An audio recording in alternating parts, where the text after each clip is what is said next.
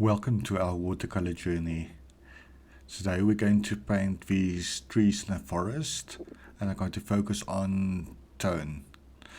The materials I used is yellow ochre, green apatite, Geniune, Perylene Green, Ultramarine Light, burnt umber and sepia.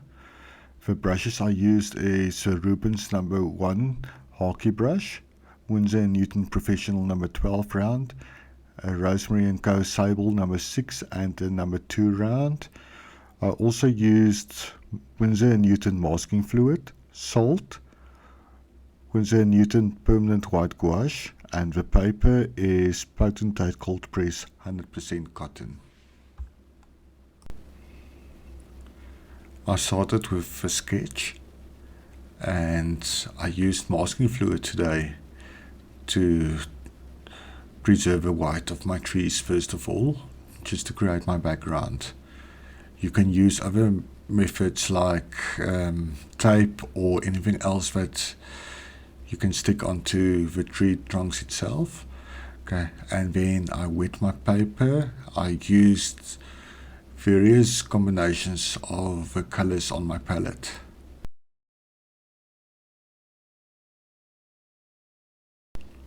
I started with my light, which is the yellow ochre. Then I added my greens.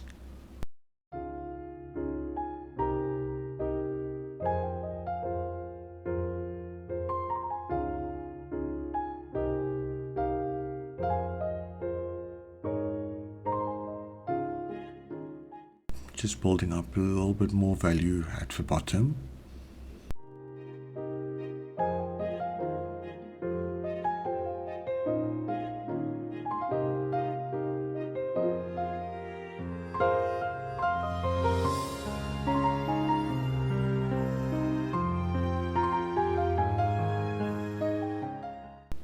With the burnt umber and the sepia that I'm using, I create a little bit of the effect of trees and branches in the background.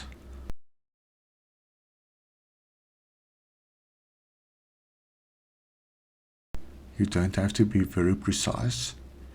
While the paper is still wet, you can create all types of interesting background effects.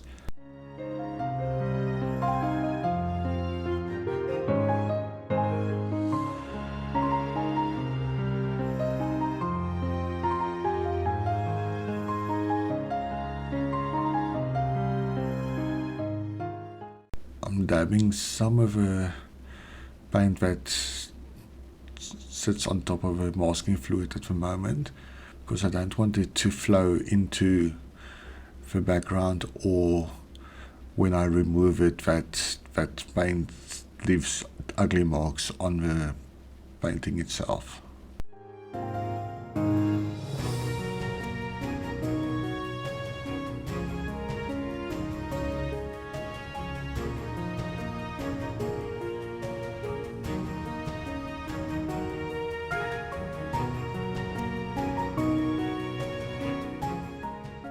As soon as the paint started to settle, I'm sprinkling in some salt and waiting a few moments for the paint also to settle further, and now I'm dropping in pure water with my brush. It will create interesting background effects, and now you can let your painting dry. And now it's time to remove a masking fluid. I use a rubber cement eraser for this.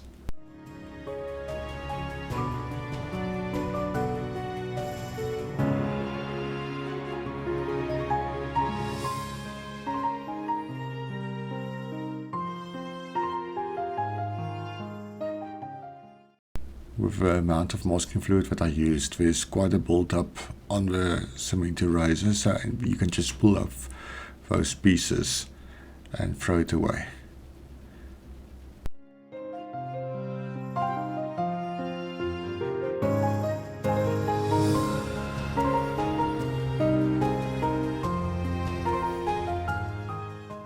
Now I'm also removing the salt on the background.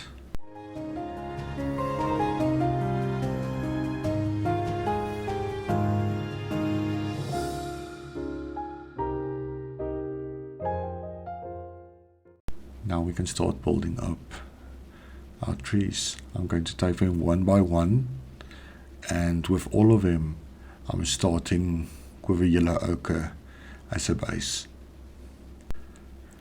You want variation in the tonal value even with the yellow part itself, so just blend in some water and it will give you lighter values as you go along. Now I'm charging it with a green Apatite Geniune because I want interest in my trees, so each one of them will have different combinations of these colors on my palette. And some places you will work with darker tones, some places you will use lighter tones just to create that interest.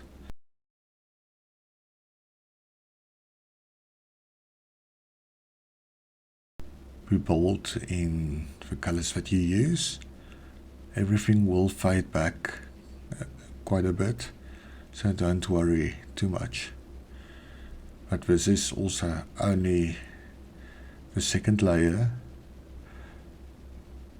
I'm only going to do details after this, so I'm trying to get my values right at the moment.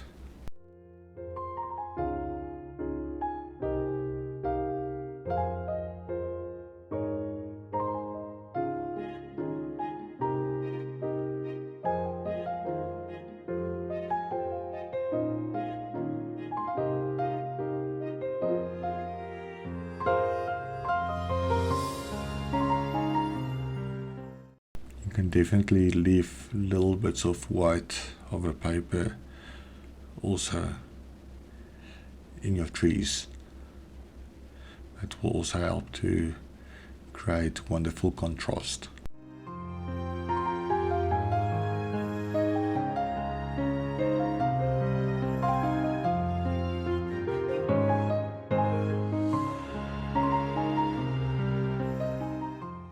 You see some of the colors that's fading back while you're working, you can charge it in with some more darker values.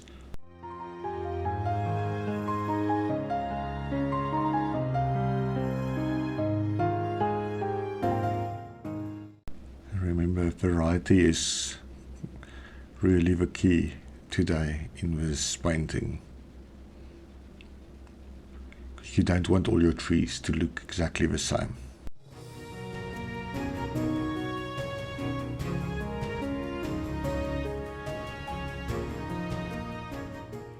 And as always, watercolor mix and blend on its own really well.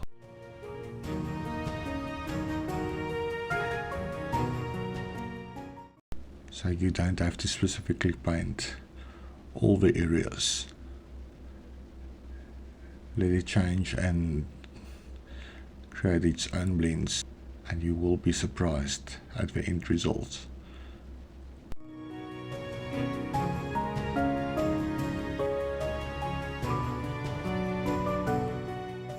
I think this is where everybody that's a bit of a control freak needs to just relax a little bit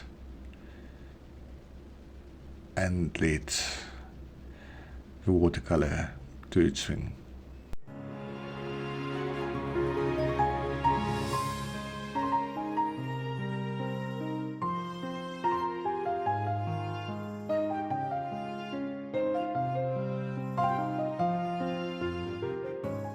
You can also see like the yellow and the burnt umber is warmer colors,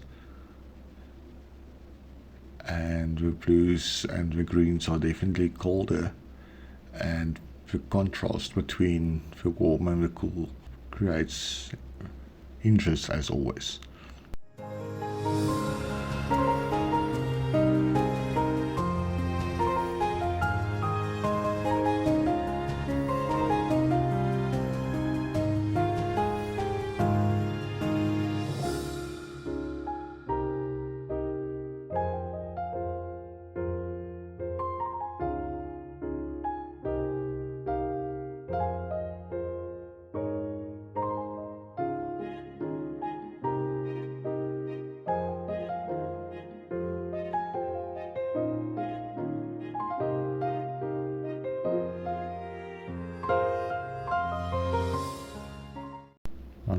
enjoyed this painting today. I planned something totally different, and when I saw the paper in front of me, it just spoke to me and said, let's do this. And then I definitely hoped for the best. And I think I'm quite happy with the end result. Please let me know also what you think about this type of painting.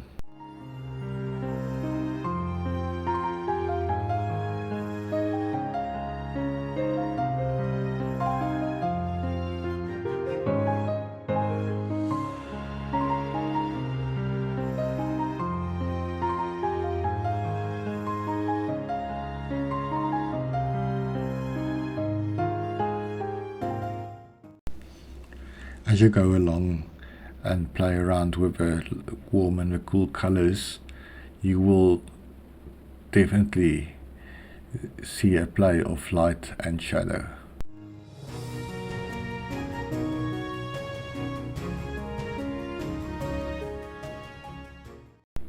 Sepia is also really a wonderful, useful color to have in your palette.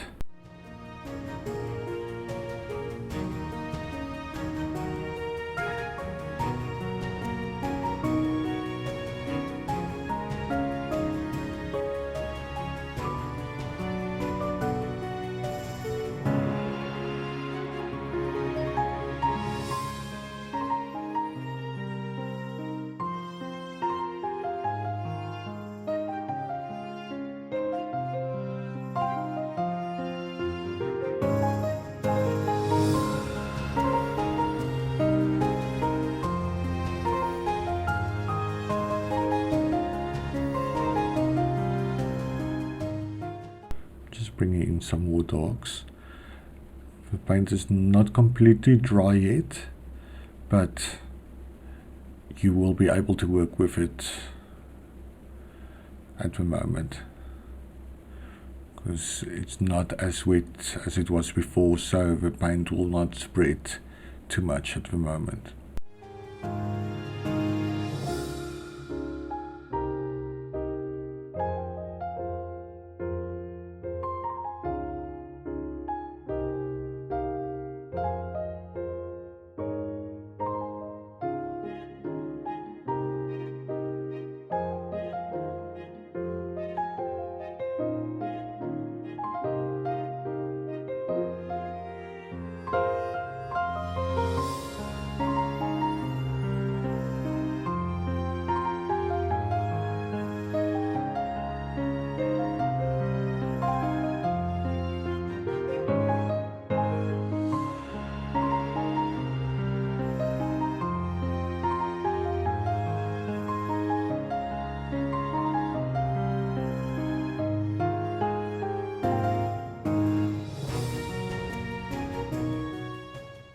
I think you can already see that there is a background, a midground and a foreground.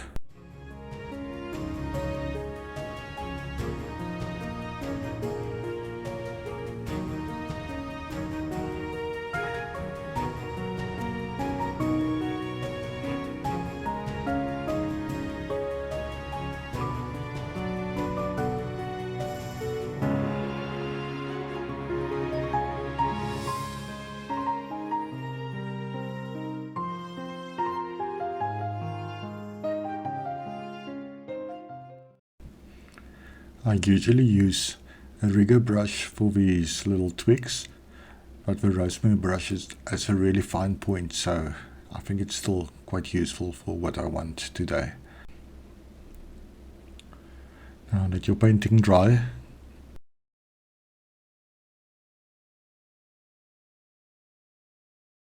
Now I'm just going to add the final details.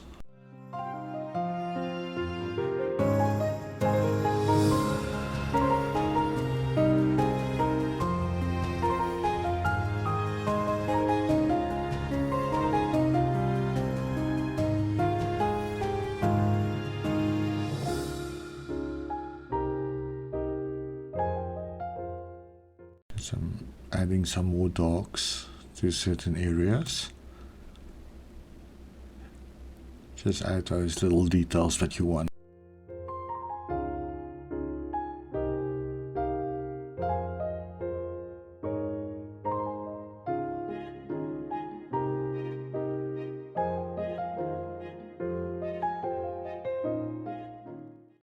I'm also adding a little bit of detail to the bark.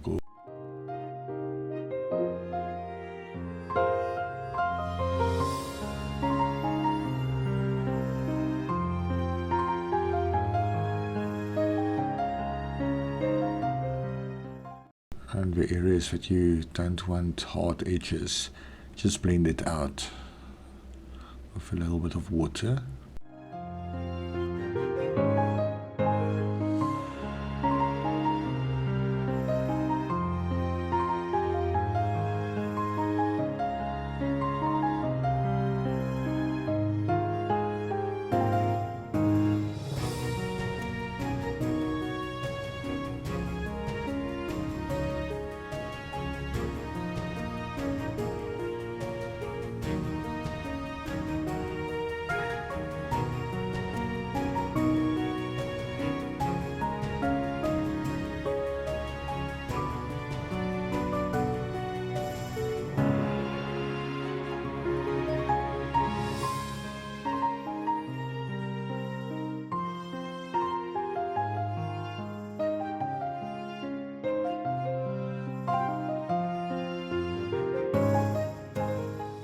Just want a little bit of distinction there, and that the one tree is in front of the other one, so I brought in a little bit of darkness there.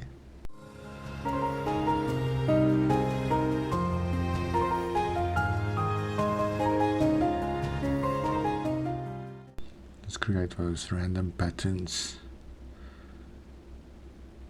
That will also help to build up the value and create interest, as I said, and use a little bit of dry brush. That's where dry brush is really convenient. You don't have to paint anything, just a few brush strokes and you've got texture on your trees.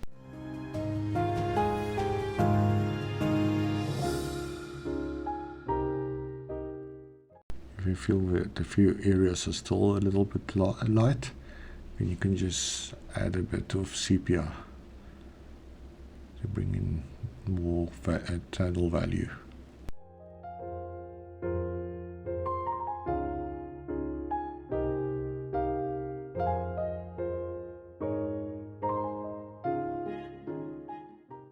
Some more dry brushing.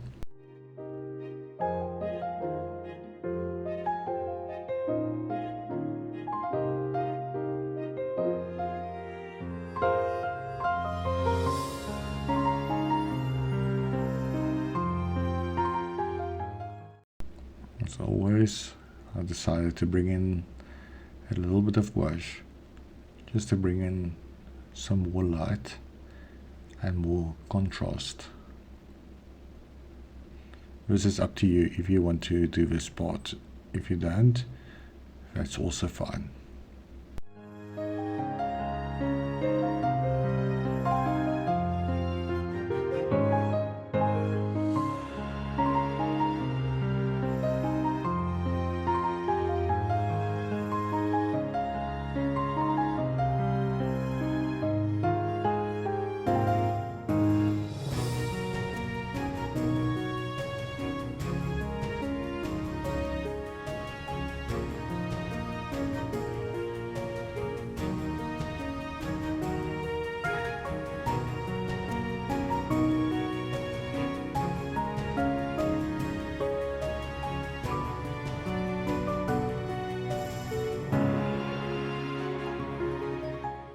Really got a variety of tonal values.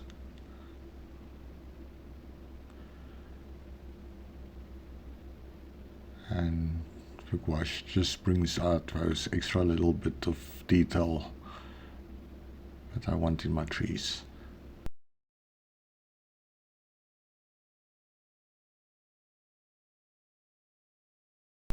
It's time to sign it and say enough. I'm happy with what I got, but you can also have a look afterwards and see if you're happy with it. So please like, subscribe and comment for me. Thank you for watching. See you next time.